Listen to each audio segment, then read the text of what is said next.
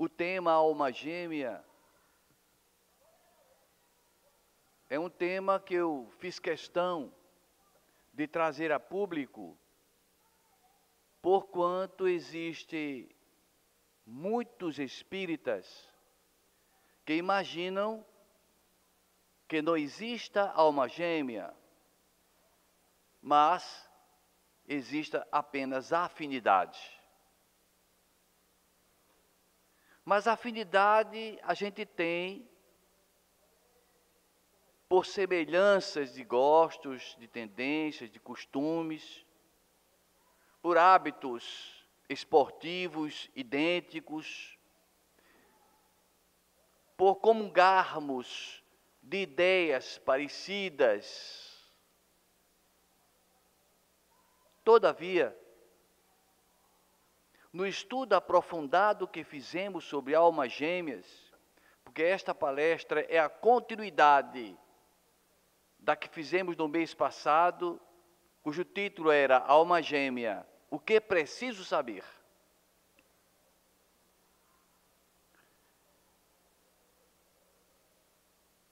No livro de Gênesis, no capítulo 2, o Senhor Deus diz: o homem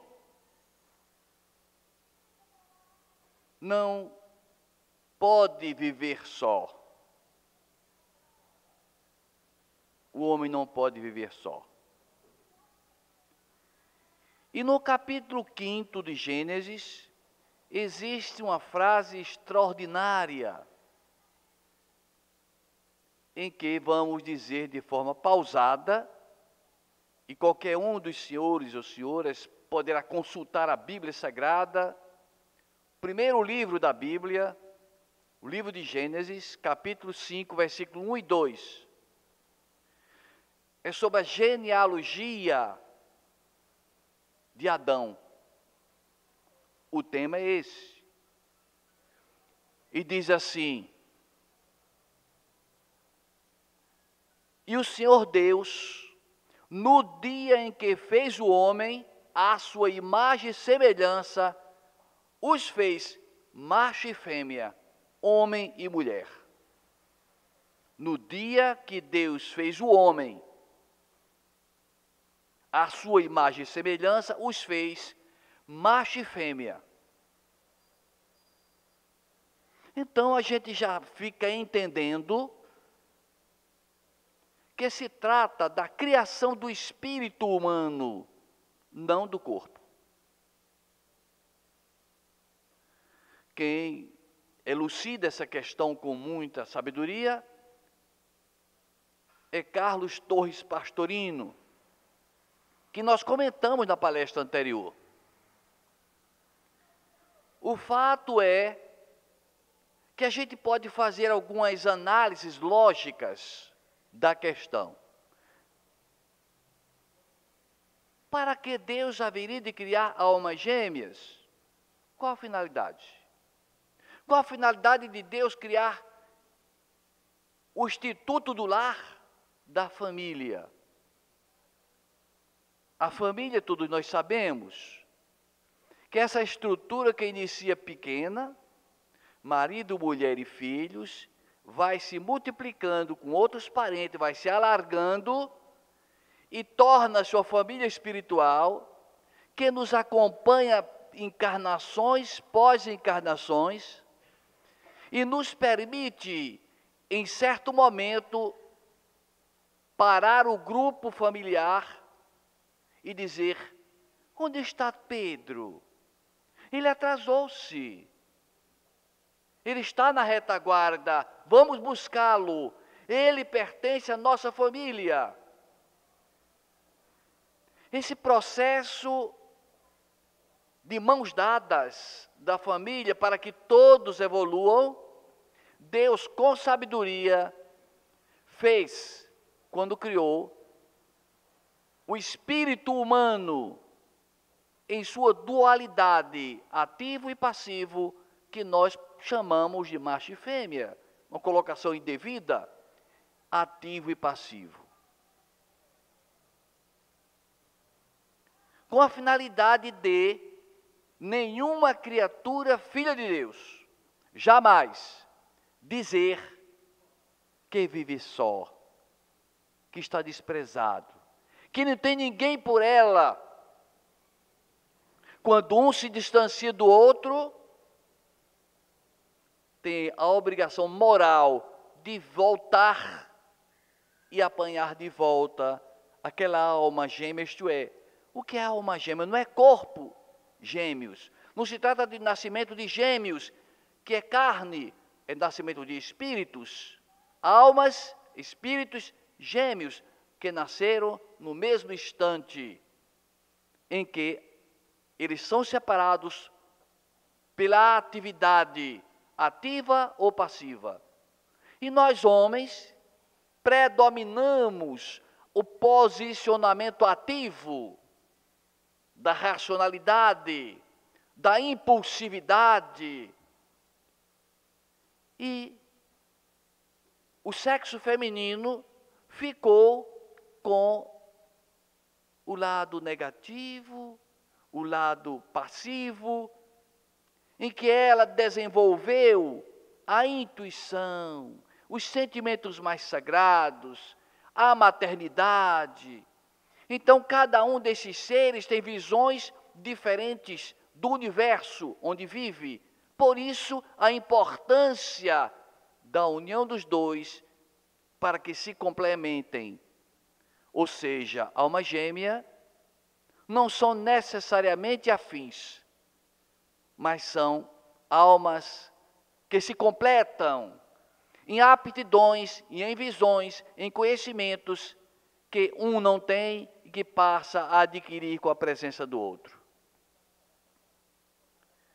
Então, nós vimos também no mês passado que essa polêmica de alma gêmea, ela se originou no Livro dos Espíritos, nas questões 298 até 303, em que os espíritos superiores disseram que ninguém é metade de ninguém e que ninguém está obrigado a viver com ninguém.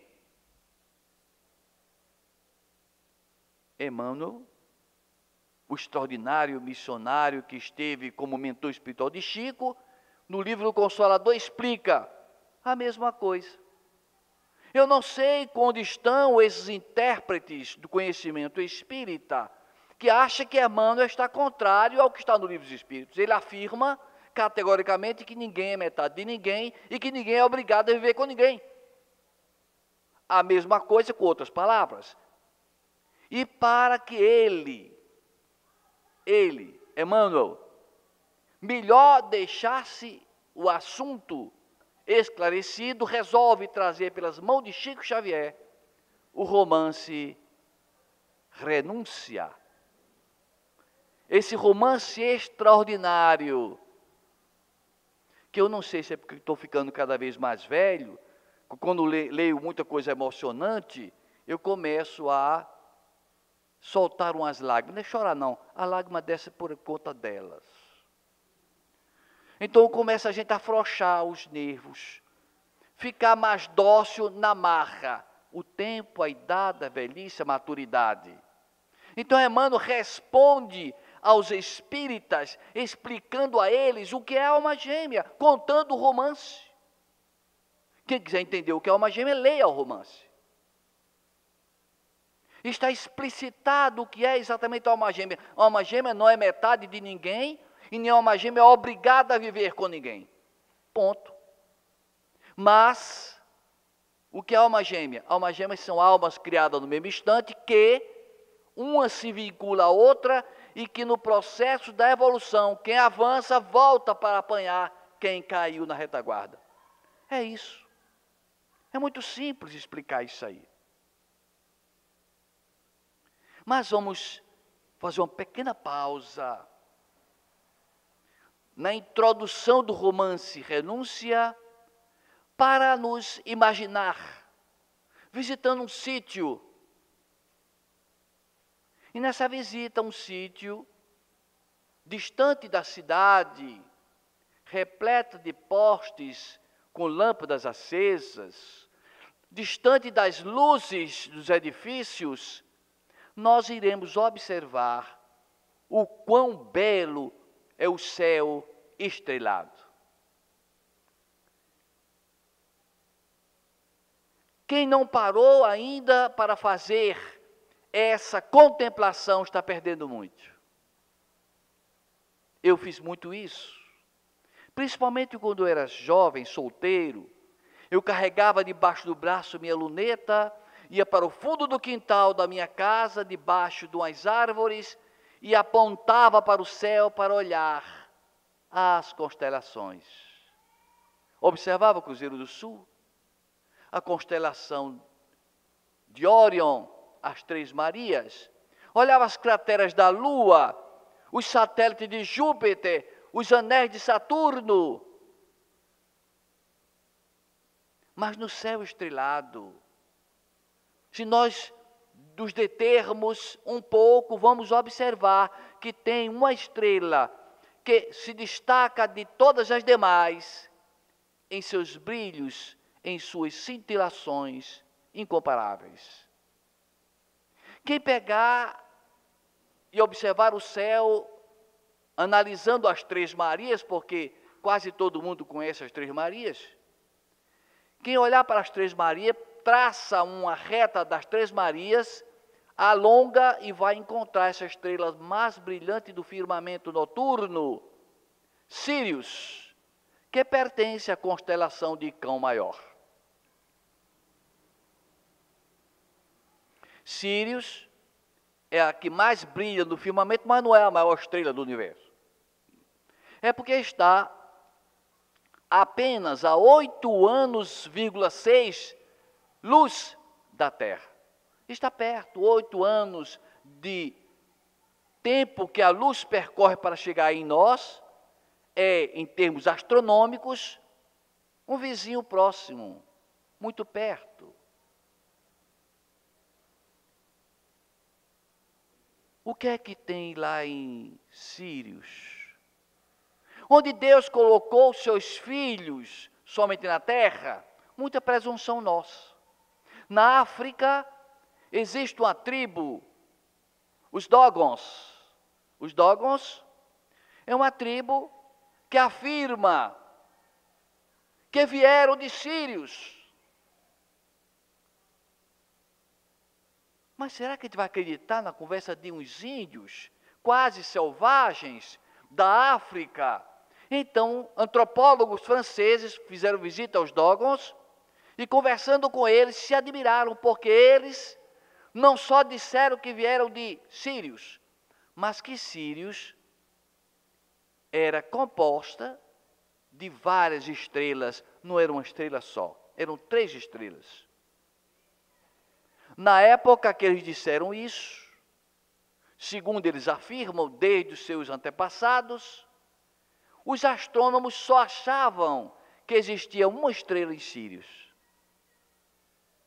Com o avanço da tecnologia, da astronomia, dos aparelhos ópticos, já se provou que existem 2 estrelas, mas eles batem com o pé dizendo que são 3, e que contornando uma dessas estrelas existe um planeta de onde eles vieram para morar na Terra. Seria verdade isso? Vamos fazer uma pausa nos Dogons e vamos voltar para o romance Renúncia. Lá em Sírios, porque o personagem principal da história chama-se Alcíone, morava no planeta de Sírios.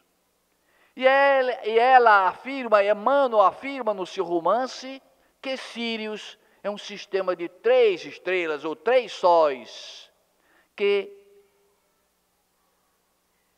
circundam um ao outro entre os seus movimentos de translação, que são 3 sóis, coincidindo com o depoimento dos Dogons.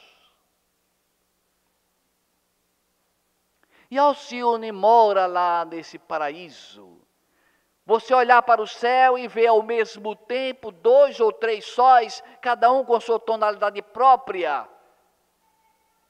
Espíritos diáfanos volitando no espaço, criaturas boníssimas, local onde foi totalmente eliminado a enfermidade, a doença física, a agressividade, as guerras, um verdadeiro paraíso. Alcione disse: eu tenho que ir ao encontro da minha alma gêmea, que ela está precisando de mim.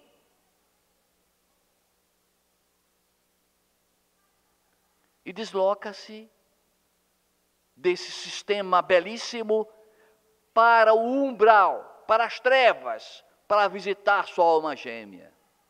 Ou seja, o que confirma o Livro dos Espíritos, o que confirma Emmanuel, que a alma gêmea não são iguais, não são metades e não são obrigadas a viverem juntas. É o livre-arbítrio. Foram criadas juntas, mas cada um procurou o seu caminho.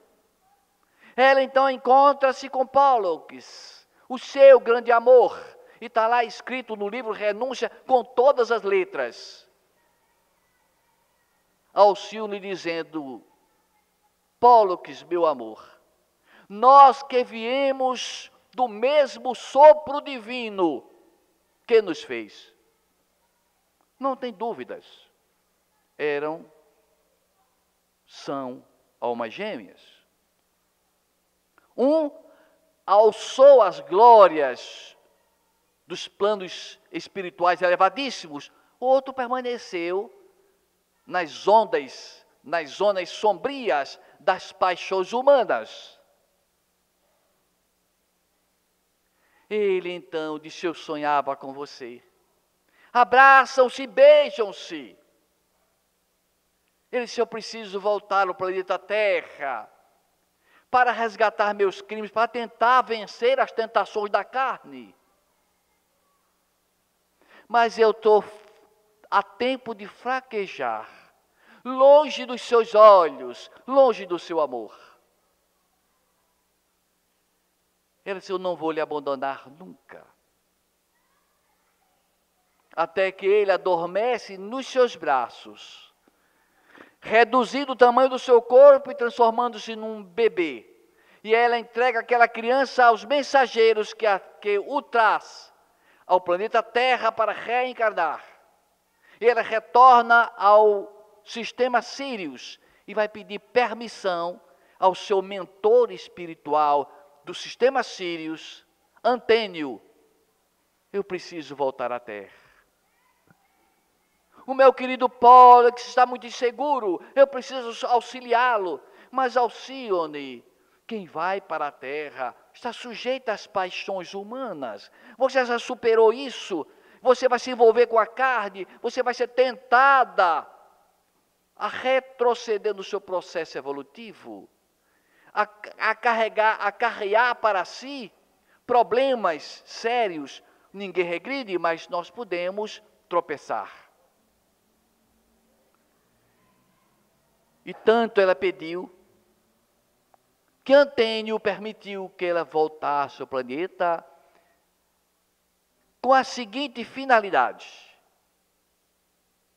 Pollux ia nascer e obrigatoriamente iria seguir a carreira eclesiástica, ia ser padre, porque então ele iria fugir, de certa forma, imposta pelos costumes das taras sexuais, uma vez que o celibato era determinante no catolicismo.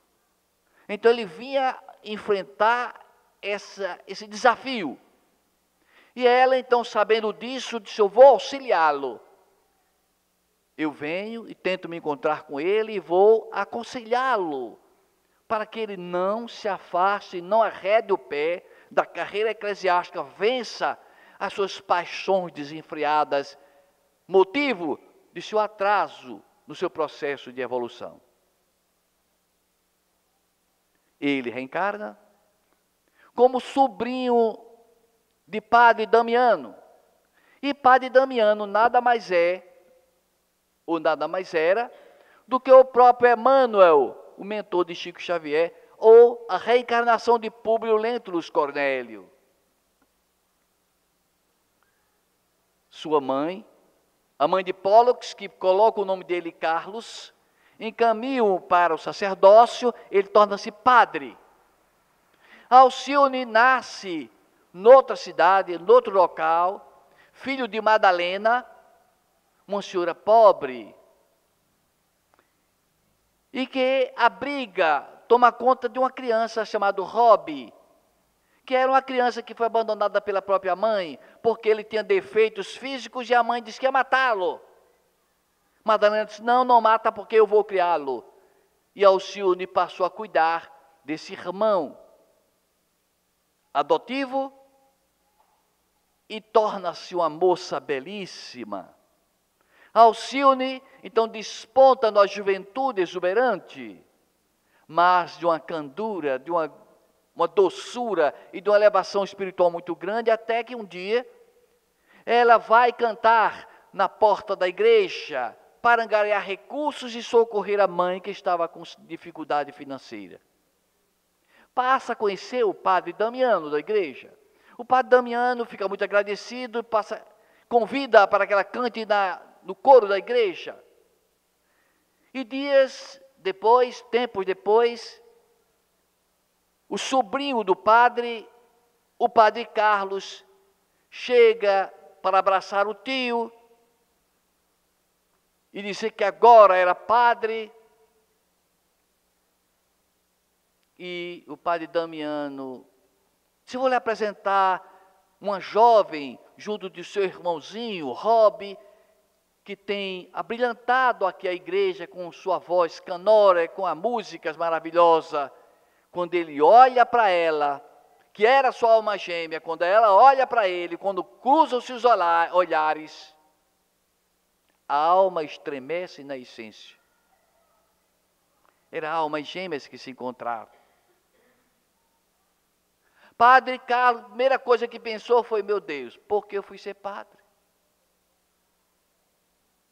Que besteira, minha mãe é a culpada. E tornaram-se grandes amigos. E ele foi desabafar. Alcione, a minha mãe é culpada de mudar padre. Eu vou abandonar a batina porque eu quero me casar com você, eu estou apaixonado por você. E ela, um espírito muito elevado, disse, Carlos, meu querido Carlos, o que acontece na vida é uma programação divina, e você não está padre porque você quer, mas é porque Deus acha importante para a sua vida espiritual. Você está padre porque é uma missão, é um compromisso, é um sacrifício pessoal que você vai ter que enfrentar, e eu também. Nós não podemos nos casar nesta existência, porque faz parte da nossa aprovação. E começou daí por diante a aconselhar o padre Carlos. Aconselha ali, aconselha acolá, para dando coragem a ele, vou deixar, não faça isso, não deixe. Você vai deixar o compromisso com Jesus por causa de um sentimento? Não. E ele cada vez mais apaixonado. Mas nós vamos ver lá no Livro dos Espíritos, na questão 939, que as afeições basicamente são duas: a afeição do corpo e a afeição da alma. Alcione tinha por ele a afeição da alma. Olhava para ele como uma pessoa muito querida, que se sentia bem junto dele. Mas ele, quando olhava para ela, tinha a afeição do corpo, queria levar para o casamento, queria levá-la para o altar. Era o desejo sexual que aflorava nele. Mas ele tinha aquele compromisso com Deus, com o seu pretérito.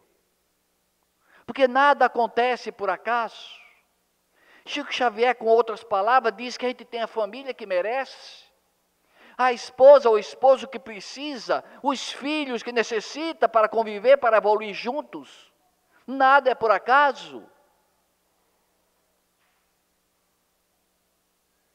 O fato é que Ele se desespera porque ela não aceitou o pedido de casamento que ele fez a ela, dizendo que imediatamente a afastaria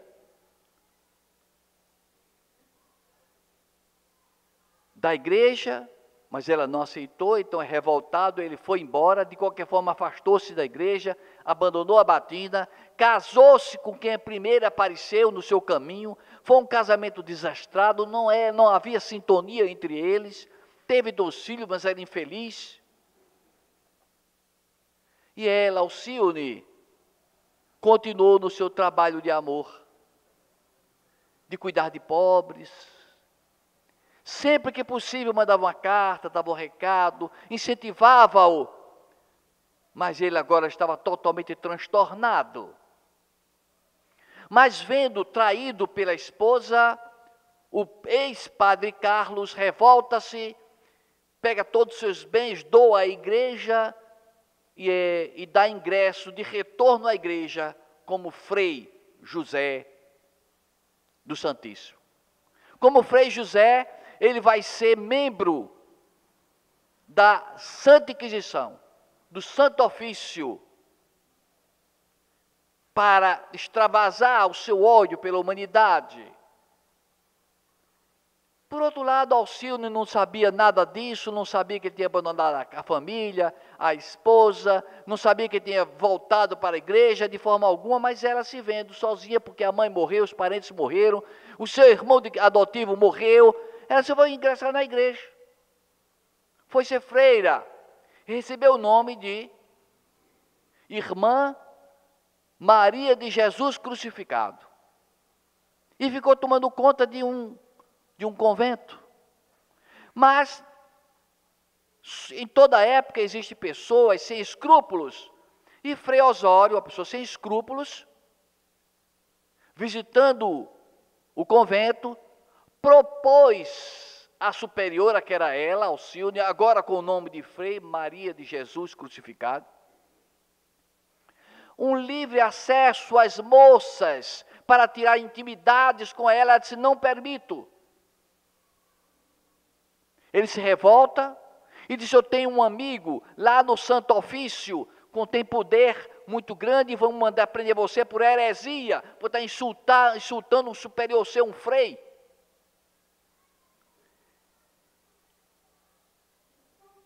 Por uma questão do destino, esse frei superior, amigo de Frei Osório, nada mais era do que o padre Carlos, agora frade pertencendo à ordem da Inquisição Espanhola. Ele conta que tinha uma jovem de nome Maria de Jesus Crucificado, que ninguém sabe quem é, que o afrontou e que achava que ele era um herege. Ele disse: não, manda prendê-la, eu autorizo. Então ele manda prender sua própria alma gêmea a pão e água, para depois ser julgada se seria morta ou não. 10 meses depois dela presa, chegam o Frei Osório, chega o Frei José, para imputar o julgamento àquela freira atrevida que desafiou o poder do Frei Osório.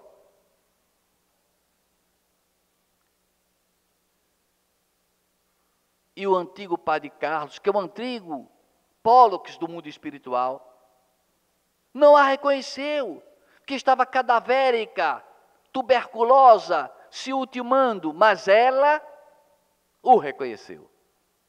Carlos, meu amor, desmontou o homem, desmoronou aquele castelo. Meu Deus, que fiz? Condenei o meu grande amor. Portanto, fica esclarecido que a alma gêmea não necessariamente vai viver junto. A alma gêmea não tem nada de igualdade, absolutamente. Nós somos livres para raciocinar. Mas a alma gêmea, por terem sido criadas no mesmo instante, quando vivem juntas, têm oportunidade de viver numa paz interior, num equilíbrio emocional e emotivo fabuloso, motivo de muitas separações. Nós sonhamos com a alma gêmea, está lá nos arquétipos de Carl Jung, quando estudou o inconsciente coletivo, que nós desejamos encontrar nossa alma gêmea, mas desejamos, entre aspas, não queremos a alma gêmea. Desejamos, mas não queremos.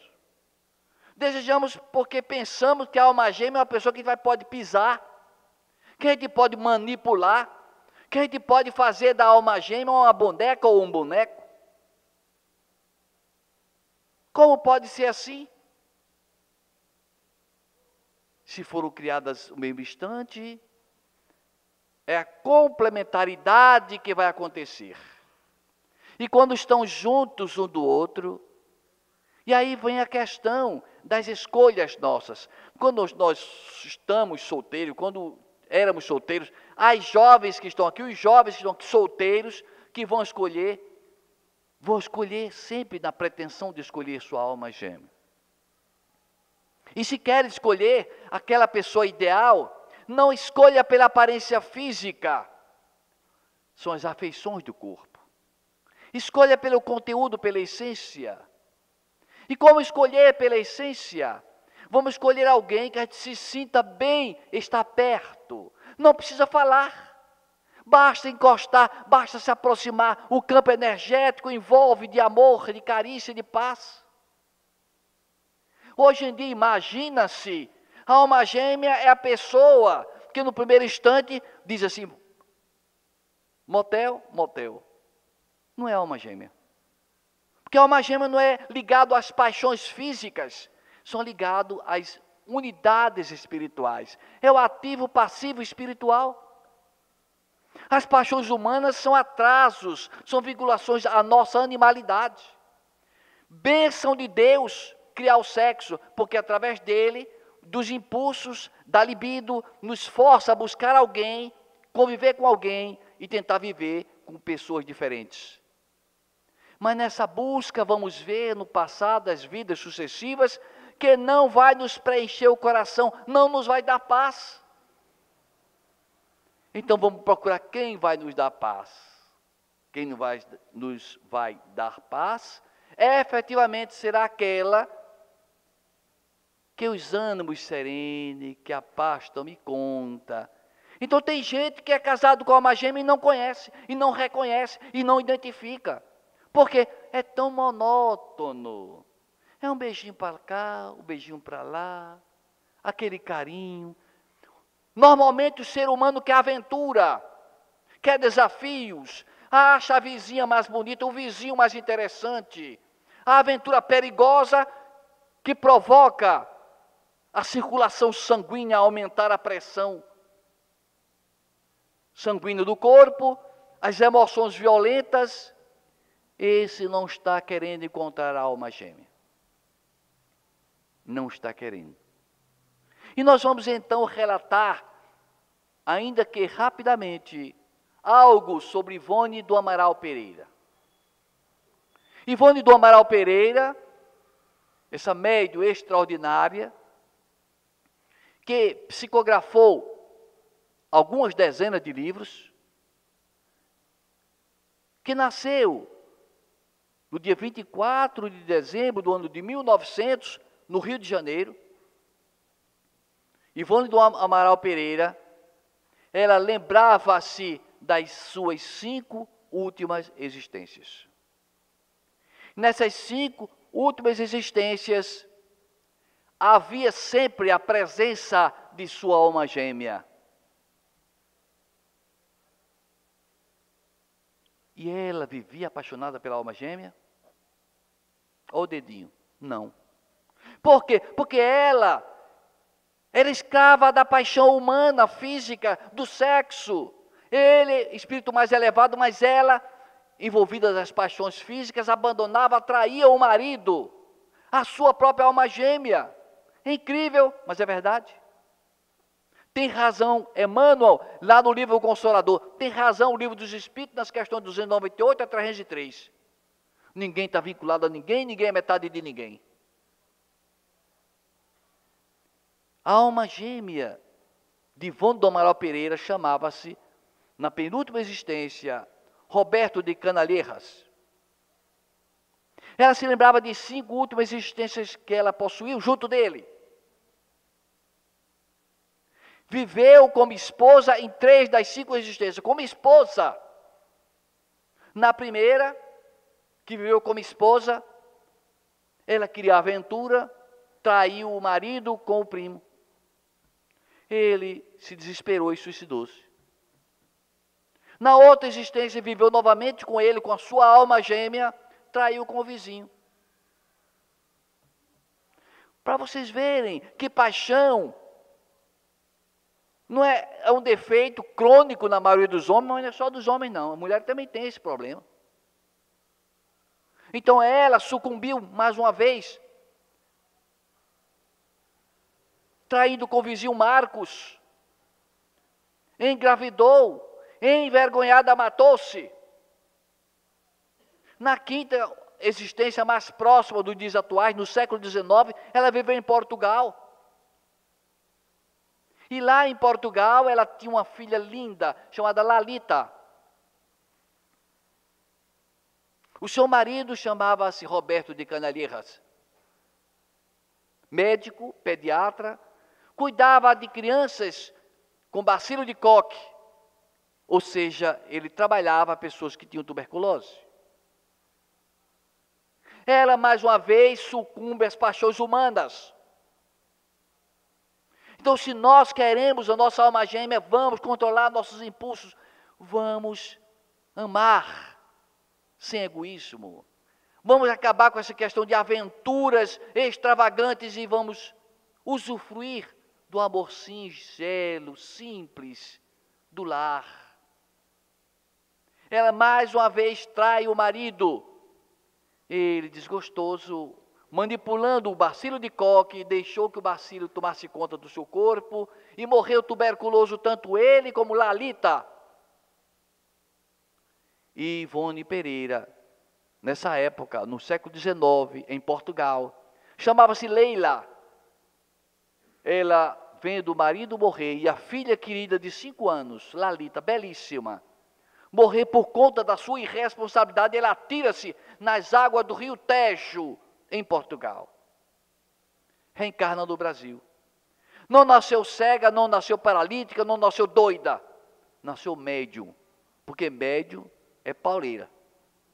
Se for médium trabalhador é pauleira, é difícil, é sacrifício.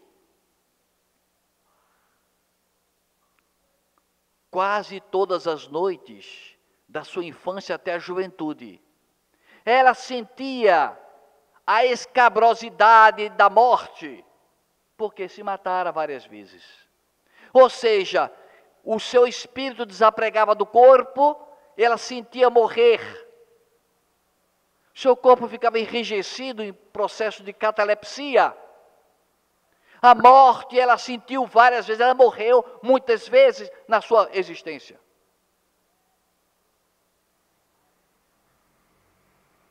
Começou a psicografar. E uma pessoa que ficava olhando para ela, triste, sorumbático, nostálgico, Roberto de Canalejas. Cheio de amor, mas triste porque fracassara por conta dela.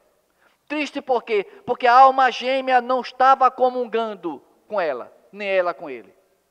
Era a ausência daquele amor pleno que sacia os desejos da alma, não do corpo. Olhava para ela com aquele olhar, aquele olhinho comprido. Até que um dia ele chega e fica mais triste ainda do que os dias habituais. Ela que vê os espíritos, via-o, tanto a ele quanto a Lalita. Todos os dias Lalita ia vê-la psicografando. Ela disse: Lalita, por favor, não volte mais, que toda vez que eu olho para você, me lembro do crime que eu cometi. Ele disse para ela, Roberto de Canalejas disse para ela: eu vim me despedir de você. Eu preciso nascer de novo, reencarnar. Eu pedi para nascer na sua família, para poder eu lhe ver mais facilmente. Não recebi essa permissão. Eu vou nascer e renascer num país distante, Mas estão me informando que quando eu me tornar homem, eu vou me corresponder com você. E ele, em 1931, reencarna na Polônia, com o nome cujas iniciais eram Z.P. na Polônia. E ela agora estava sem a Lalita, sem o olhar do seu grande amor, Tristonho, Roberto de Canalheiras. Ela agora estava no trabalho mediúnico todos os dias quase, das 7 da noite a 2 horas da madrugada psicografando, aplicando passes, curando enfermos, recebendo obsessores, conversando com suicidas, enviando as pessoas, estimulando as pessoas a viverem. O trabalho dela era gigante. Até que um dia disseram assim: por que você não se inscreve nessa relação de pessoas que mandam cartões postais pelo mundo inteiro? Não, eu quero mandar. Não, mande, porque todo o pessoal do centro mandou, só falta você. Ela, como não quis ser diferente, se vou botar meu nome. Aí botou lá no meio da lista, botou o nome dela, Ivone, em vez de botar Pereira, ela botou Guzman, que era o nome que ela teve na última existência, na existência anterior, Guzman. E a relação foi embora. Meses depois chegou um postal belíssimo de Varsóvia, capital da Polônia, assinado Z.P., um jovem que queria se corresponder, porque ele disse o seguinte: quando eu peguei a lista, que eu olhei aquele nome Guzman, me arrepiei todo, não sei porquê. Era o nome carregado de magnetismo. Quando ela pega o cartão, que lê a letra dele, aquela letra toca dentro de sua alma, ela conhecia aquela letra, não sabia de onde. Era do passado, era alma gêmea. A alma gêmea a gente guarda a recordação, a melodia da voz. Não é preciso agarradinho nem motel, basta o olhar, o toque, a presença, a letra, o som, a voz. São o suficiente para envolver o outro no magnetismo. Passaram a se corresponder. Ele passou a confessar a que amava profundamente. Ela também estava amando aquele jovem. Ele era médium. Ia se deitar, saía do corpo, e atraído pelo magnetismo dele, ia até a Polônia, até a Varsóvia, e lá abraçava-se a ele, sem que ele visse, porque ele estava fisicamente, caminhava com ele, almoçava ao lado dele, via ele almoçando. A mesma coisa acontecia com ele. Quando ele dormia, saia do corpo e ia visitá-la no Rio de Janeiro. Era um grande amor. Até que ele dizia: eu fui escalado para fazer uma viagem da minha empresa ao Rio de Janeiro, eu vou me encontrar com você. Ela se escondeu. Porque ela tinha 31 anos mais velha que ele, e ela sabia que ele era casado. Porque ela, indo em espírito até Varsóvia, foi até a casa dele. Mas ele disse que era infeliz, porque não era aquela alma que estava com ele. Até que um dia, chega o seu mentor espiritual, Charles, e diz: Ivone, você sabe o motivo dessa grande atração entre você e Z.P., lá de Varsóvia? Diz: não, é sua alma gêmea, que reencarnou lá, distante. Ele está sofrendo, você também sofrendo, você não teve esse merecimento de se casar nesta existência. Mas você, pelo trabalho doutrinário que exerceu, resgatou muitos de seus crimes. Portanto, meus queridos amigos, senhoras e senhores, se eu estiver casado com minha alma gêmea, vou tratar com mais carinho ainda. Vou zelar essa planta, regando-a, adubando-a. Mas se eu estiver casado com uma pessoa difícil, nada é por acaso. Devo cuidar com o maior zelo possível para merecer voltar da próxima existência com a minha alma gêmea. Porque Deus nada faz pela metade. Porque Deus nada faz sem uma finalidade maior. E a finalidade da alma gêmea é auxiliar a cada um de nós no processo evolutivo rumo à perfeição, rumo ao Criador. Que Jesus nos abençoe hoje e sempre.